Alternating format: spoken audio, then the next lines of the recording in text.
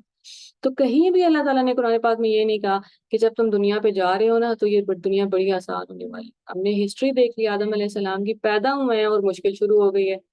پیدا ہوئے ہیں اور دشمنی آ گئی ہے، اللہ تعالیٰ نے تخلیق کیا ہے اور دشمنی آ گئی ہے شیطان کی طرف سے۔ جنت میں گئے ہیں تو شیطان کے وسوسے سے اٹیک کر رہے ہیں، اور پھر دنیا پہ آئے ہیں تو پھر ایک پروسیس ہے۔ ہم پروفٹس کی سٹوری دیکھتے ہیں، کبھی کبھی یہ بھی ہوتا ہے نا کہ ہم جب کسی پریشانیوں سے گزر رہے ہوتے ہیں تو آہستہ آہستہ انسان کو لگنے لگتا ہے شاید میں اچھا انسان نہیں ہوں، یا شاید اللہ تعالیٰ کا عذاب آ رہا ہے میرے اوپر، یا پتہ نہیں مسئلہ کیا ہے۔ اور اور ارد گرد کے لوگ بھی ہمیں یہی احساس دلا رہے ہوتے ہیں۔ پھر جب ہم پروفٹس کی سٹوری دیکھتے ہیں کہ اللہ تعالیٰ کو ان سے زیادہ محبت کس سے ہوگی، جو رینکنگ ہے انبیاء سے اوپر کی رینک میں نہیں جا سکتا کوئی انسان، اور ان کی زندگی میں مسئلے کتنے آئے، مصیبتیں کتنی آئیں، ایک کے بعد ایک۔ ابھی جب بچے کڈنیپ ہو رہے تھے اور میں سوچ رہی تھی کہ بہت بڑا غم ہے، کسی کا بچے کی ڈیتھ ہو جائے نا تو اس کو صبر آ جاتا ہے کیونکہ اس کو پتہ ہے کہ وہ کس جگہ پہ۔ کسی کا بچہ کڈنیپ ہو جائے تو اس کو ساری زندگی چین نہیں آتا۔ تو میں نے کہا یہ شاید کیونکہ میں رسول اللہ صلی اللہ علیہ وسلم کی زندگی کے بارے میں سوچ رہی تھی، میں نے کہا کہ جیسے ہم سنتے ہیں کہ اگر تمہیں اپنا غم تھوڑا لگنے لگے، اور پھر یعقوب علیہ السلام یاد آ جاتے ہیں آپ کو، 40 سالوں نے یہی تھا نا، ان کا بچہ گم گیا اور ان کو نہیں پتا کہ بچہ کس حال میں۔ اللہ تعالیٰ نے امید دلا کے رکھی ہوئی ہے کہ وہ زندہ ہے، لیکن یہ نہیں پتا کہ کس حال میں، تو وہ روئے ہیں اور بے تحاشا روئے ہیں۔ مرے ہوئے بچوں پہ تو صبر آ جاتا ہے لوگوں کو، تو تکلیف تو ہے، لیکن ہم سے کس نے کہا تھا آسانی ہونے والی؟ تکلیف تو ہم سائن کر کے آئے ہیں کہ تکلیف ہے، یا اللہ میں اس مشکل کے لیے تیار ہوں۔ ابھی ہم دیکھیں گے کہ کیوں تیار ہیں، پھر آخر میں ہمیں صلہ کیا مل رہا ہے، ایسا کیا انعام مل رہا تھا جس کی وجہ سے ہم اتنے بڑے بڑے چیلنجز لینے کے لیے، اتنے بڑے بڑے امتحان دینے کے لیے رات تیار ہو گئے۔ اب ہم جب سنتے ہیں کہ جبرائیل علیہ السلام کی 40 سال کی رکھتے ہیں اور ہماری فجر کی 2 سنتیں وہ زیادہ افضل ہو گئی ہیں، اسی لیے زیادہ افضل ہو گئی ہیں کیونکہ ہم امتحان میں، ہم نیند قربان کر کے اٹھے ہیں، ہم اپنا آپ مار کے اٹھے ہیں جبرائیل علیہ السلام کو، وہ مسئلے نہیں ہیں۔ تو اللہ تعالیٰ نے کہہ دیا ہے کہ میں نے امتحان لینا ہے تم لوگوں کا، خوف سے، بھوک سے۔ جب اور یہ بہت پیاری بات ہے کہ جب صحابہ کرام پہ ظاہر ہے مصیبتیں آتی تھیں، جنگ کے ماحول ہو گئے ہیں اور بھوک پیاس کا عالم ہو گیا ہے، تو جو کافر ہوتے تھے وہی سچویشن دیکھ کے بولتے تھے کہ یہ کیسا مذہب ہے اور یہ کیسے رسول ہے۔ کافر نہیں، مسلمان ہی جن کا ایمان کچا تھا وہی کہہ دیتے تھے کہ بھاگنے کی کوشش کرتے تھے، اور جو ایمان والے تھے وہ کہتے تھے اللہ اور رسول کا وعدہ سچا ہو گیا۔ مصیبت دیکھ رہے ہیں اور کہہ رہے ہیں کہ وعدہ سچا، کیوں سچا ہوگا؟ کیونکہ وعدہ کیا تھا پہلے کہ مصیبت آزماؤں گا تمہیں، آزماؤں گا جب تک یہ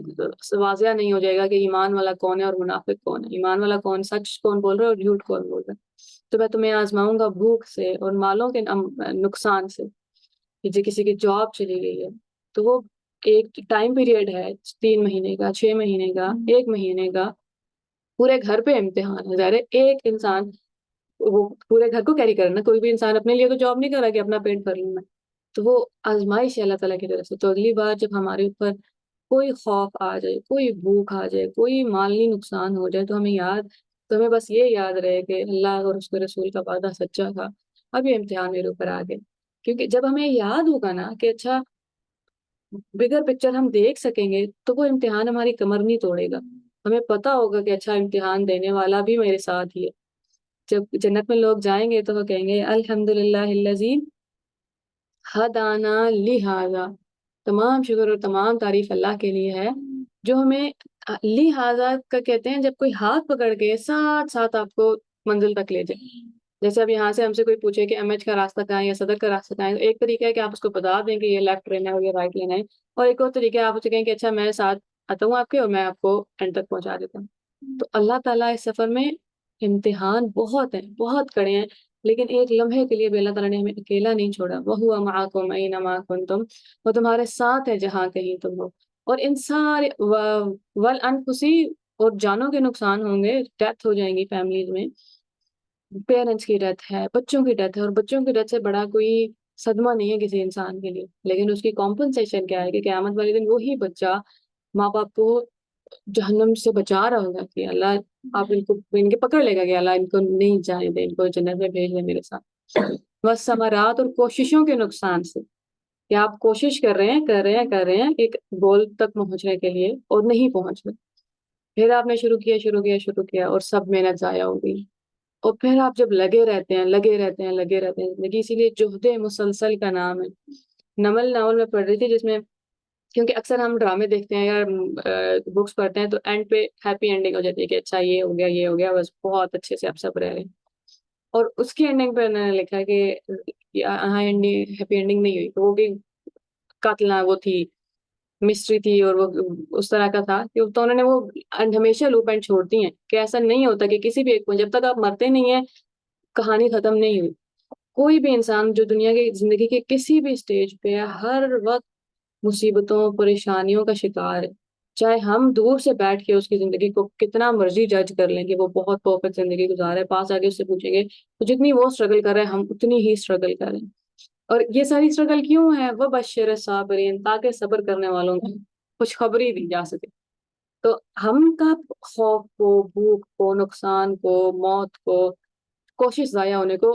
خوشی سے کنیکٹ کرتے ہیں۔ اگر قرآن پاک پڑھ لیا تو آپ کنیکٹ کریں گے۔ ایسا نہیں ہے کہ درد کی حالت میں درد نہیں ہوگا، پریشانی کی حالت میں پریشانی نہیں ہوگی، بس یہ پتا ہوگا کہ یہ گزر جانی، بس یہ پتا ہوگا کہ اللہ تعالیٰ میرے ساتھ ہے، یہ پتا ہوگا کہ وعدہ کر کے آیا ہوں، اپنی مرضی سے اس سچویشن میں ہوں، زبردستی نہیں ڈال دیا کسی نے۔ اچھا جی،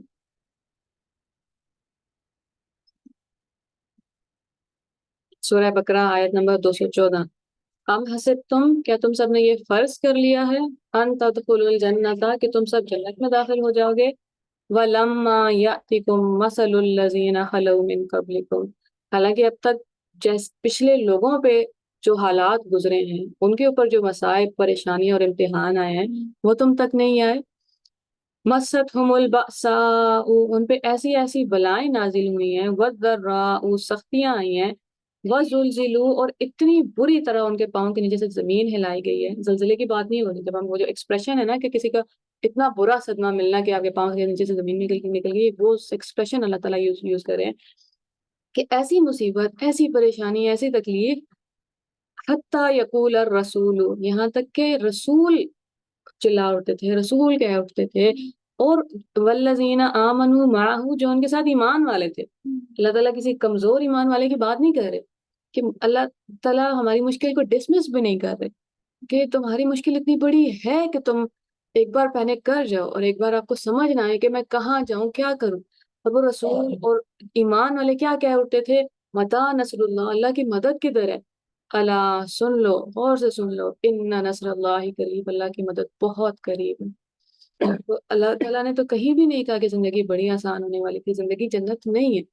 ہماری مرضی سے نہیں چل سکتی، ہم ہر چیز ہماری خواہش کے مطابق نہیں ہو سکتی، کوئی بھی چیز نہیں ہو سکتی، 10 میں سے 2 چیزیں ہیں جو ہمارے پلان کے مطابق چلی جاتی ہیں۔ انگلش میں ایک سینگ ہے، if you want to make God laugh tell him your plan، کہ اگر آپ نے خدا کہ وہ اس کو ہنسی آئے گی خدا کو آپ کے پلانس دیکھ کے کہ اس نے تو کچھ اور ہی سوچا ہوا ہے آپ کی زندگی کے لیے، تو ایک سچویشن میں اللہ تعالیٰ ہمیں ڈال دیتے ہیں اور اس کے بعد اس میں ہم نے کیسے ریئیکٹ کرنے وہ ہماری ذمہ داری ہے۔ اچھا جی،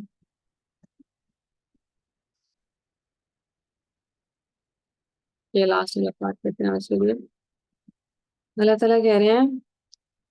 مصیبت کا لفظ بہت عام ہے نا ہماری اردو میں، مصیبت کہتے ہیں جب آپ تیر کمان سے نکلتا ہے نا اور آپ نے ٹارگٹ کیا ہوا ہوتا ہے کہ اس چیز کو جا کے ٹارگٹ کرنا چاہیے، تو آسمان سے جو بھی مصیبت آتی ہے ہم انسانوں کے اوپر، کسی بھی انسان کے اوپر، وہ اس انسان کو ٹارگٹ کر کے آتی ہے۔ جس بندے کا روڈ پہ ایکسیڈنٹ ہوا ہے اسی کا ہونا تھا، ایسا نہیں ہو سکتا کہ اچھا ہم جب سوچتے ہیں نا ایسے ہو جاتا تو ایسے ہو جاتا، سورہ احزاب میں لوگ بات کرتے ہیں یا کہیں لوگ جنگ میں جاتے ہیں تو پیچھے جو بیٹھے ہوتے ہیں منافق تو وہ کہتے ہیں کاش تم جنگ پہ نہ جاتے تو تم نہ مرتے، اللہ تعالیٰ کہتے ہیں موت تو تمہارے گھر بھی آ سکتی ہے، تو یہ کیا کاش اور یہ سیناریوز ایسے بنا لیتے ہو تم لوگ۔ تو ماں اصاب من مصیبت، کوئی مصیبت نہیں آتی، کسی کوئی کلیمٹی کوئی پریشانی نہیں آتی تمہارے اوپر،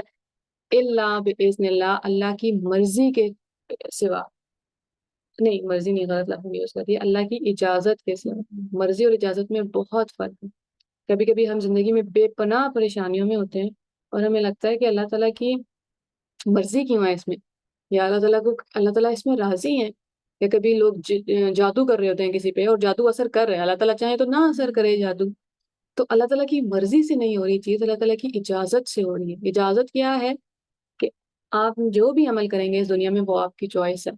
تو اللہ باذن اللہ کوئی بھی مصیبت ہمارے اوپر نہیں آتی اللہ کی اجازت کے بغیر، اب چاہے وہ کسی انسان کے ہاتھوں آئی ہے، چاہے وہ کوئی نیچرل کلیمٹی تھی۔